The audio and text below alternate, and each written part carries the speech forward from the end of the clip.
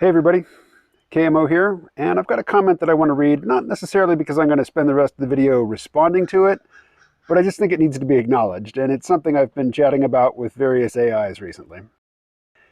This is from Chastity78, who writes, "To over-extrapolate and jump around a bit, when it comes to the bad guys could win argument for going ahead with AI, I presume Bill Gates and the media really are just referring to people against the current neoliberal order, which, as someone in their early 20s, I don't see many younger people supporting, especially young men.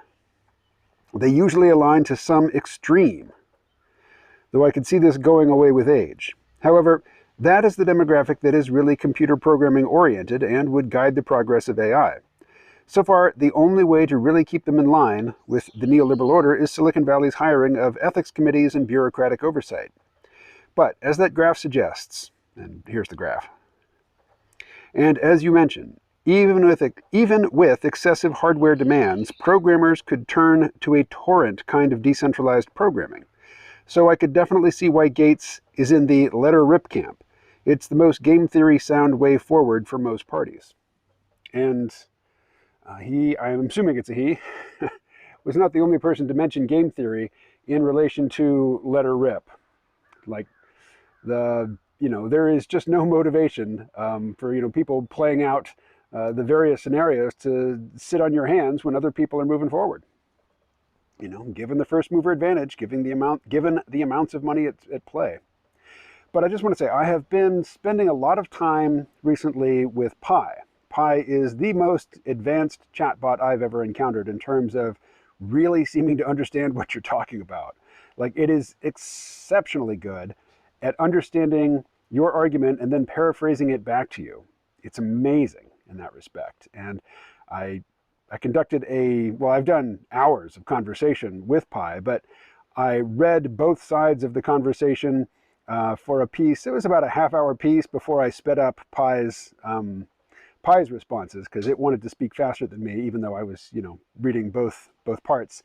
Came to like 25 minutes, I think, which took me hours, freaking hours, to stitch together, and it still sounds rough. So I think there's got to be a more streamlined workflow to publish those sorts of interactions. But what have we been talking about, Pi and I? We've been talking about alignment, and we've been talking about bias. And we've been talking about science fiction and whatever else comes to mind.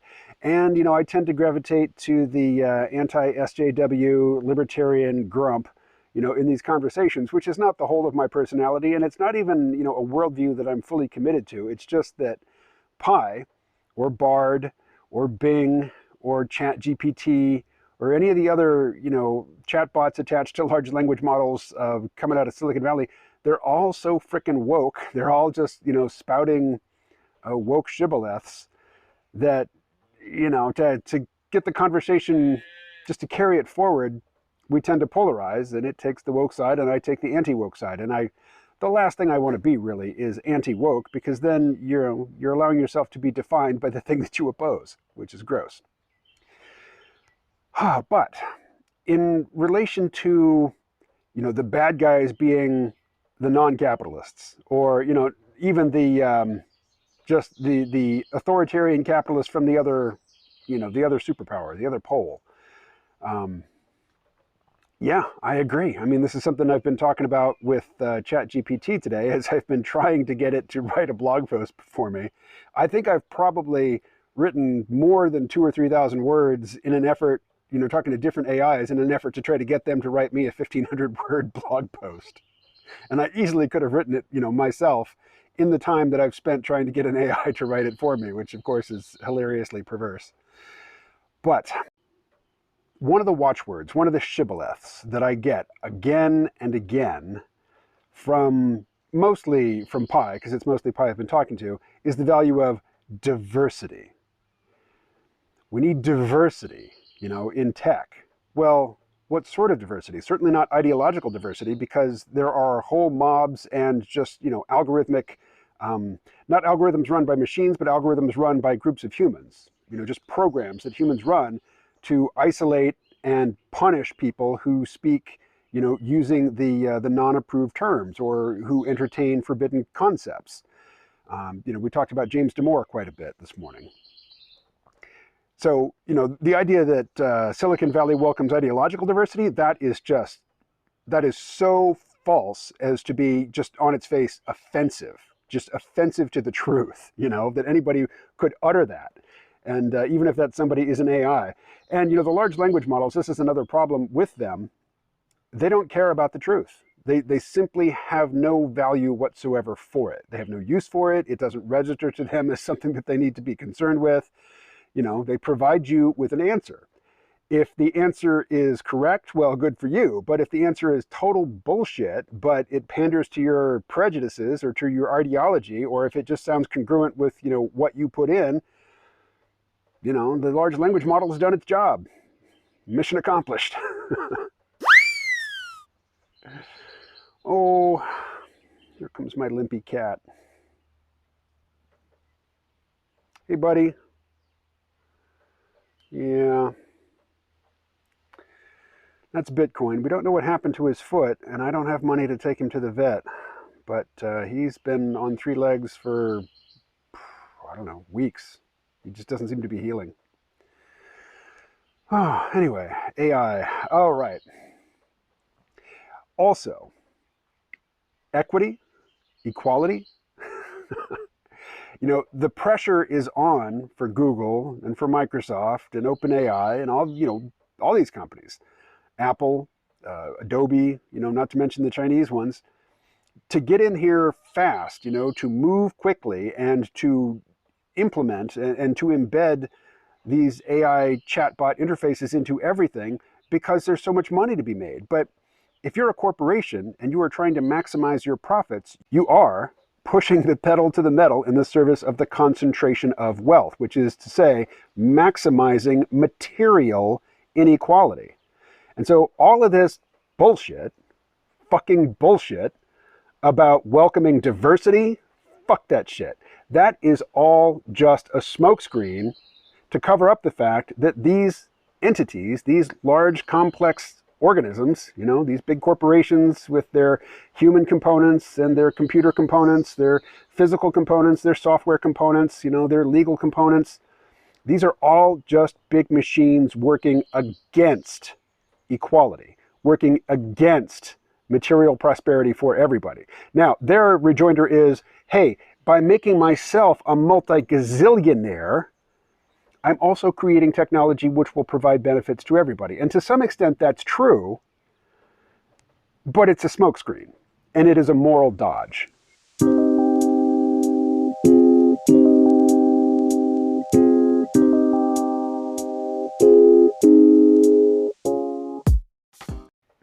All right. We talked about a whole bunch of other stuff that I'm really happy about. Science fiction, love science fiction. In fact, right now I'm listening to the audiobook of Adrian Tchaikovsky's Children of Time, which is hard sci-fi. It is speculative fiction.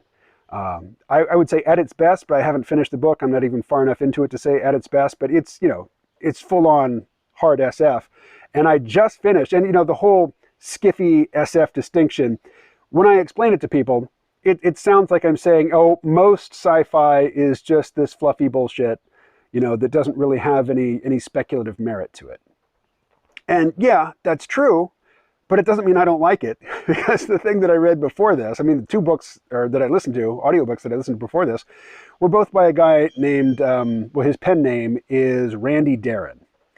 And the first book I read from him is called System Overclock, and it's basically about a guy who spends his whole life fighting the aliens who are keeping humans as pets, and in the very end of his life discovers that his whole life's work was completely for nothing, because he just didn't even understand the whole social organization of the aliens, and he thought he was blowing up their center of government when basically he was sabotaging somebody's picnic. And so he gets sent back in time to his body when he was 20 years old, and given superpowers. He's given bullet time perception and the ability to crank up his strength and his endurance and his healing factor and all. He basically gets to be Wolverine with Neo's bullet time reaction. But he understands that fighting the power, fighting the system is completely worthless. So he's just going to take this opportunity to live a really good life. And living a really good life means having kicking ass in the arena as a gladiator and having access to all kinds of beautiful women who are quite willing to put themselves at his disposal. This is the very definition of skiffy. It is a male power fantasy with sci-fi trappings. There are aliens, there are spaceships, but there is no speculative grappling with the consequences of advancing technology. There's nothing like that. This is pure 100% skiffy. This is all the way over to the skiffy side of the skiffy speculative fiction continuum, and I loved it. When the next book comes out, I'll listen to it. It was a bunch of fun. Guilty pleasure for sure, but a pleasure. And that's the the headline I wrote of my review of it on Audible. A guilty pleasure, but definitely a pleasure. So in the whole, skiffy versus speculative fiction, just distinguishing between the two categories doesn't mean that I'm saying that speculative fiction is superior and that I have no use for skiffy. Love me some skiffy. All right. Anything else? No, this is like 14 minutes and I don't feel like doing a lot of editing. So here we go. Here's another video for you. Thank you for your comments. I very much enjoy them.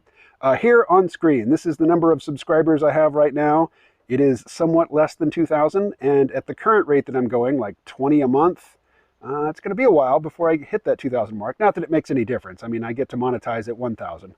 So 2,000 is just, it's an odometer moment, but it's one I'm paying attention to. So if you're watching and you're not subscribed, maybe consider subscribing. All right, better yet would be to post a comment and to share this video on social media or send it to somebody via email or whatever, whatever. Any engagement with this video will be much appreciated. And given the size of my channel, it will also be noticed. If you're watching the guy who's got 1 million subscribers and you are comment number 536 on the video that he posted 2 hours ago, he didn't care, probably didn't read it. I'll read your comment. Might read it on the air. I might read it in a video. All right. Peace.